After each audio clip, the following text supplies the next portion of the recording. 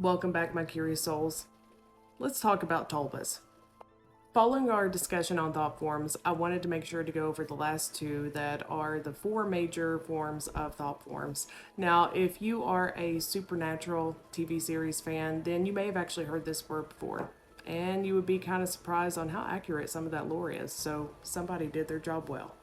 So once again, there is a conscious and unconscious way of creating a tulpa. The reason for consciously creating a tulpa is kind of making like an imaginary friend, but it's not very imaginary once it's created. It could be focusing on a character from a favorite book, movie, TV show, something in that way, and digging into every detail until you create this entity that can spend time with you. Here's the catch.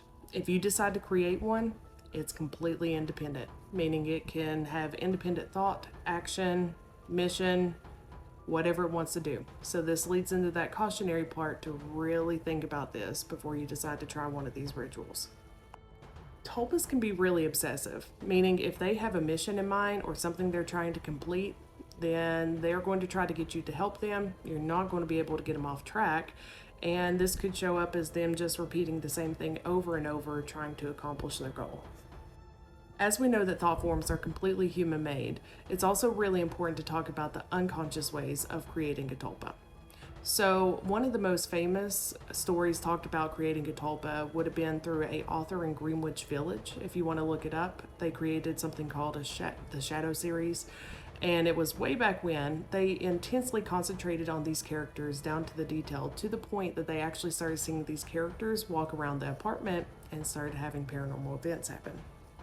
Another way that these can be created is through unresolved trauma. So that unresolved trauma actually comes outside of the body, creating a tulpa type form, and it can create paranormal events. It can create styles that might make you think that it's an attachment, but it's actually the trauma that has created this tulpa.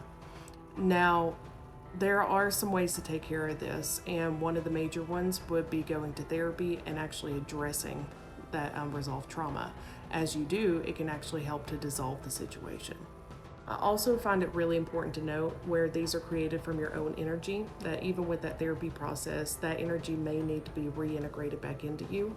And you can usually find this kind of help with a metaphysical practitioner or shamanic practitioner.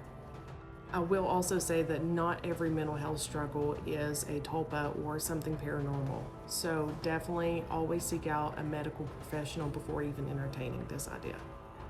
If you are interested in knowing more in depth when it comes to thought forms, we have a whole season about them on our podcast called What's That Haint?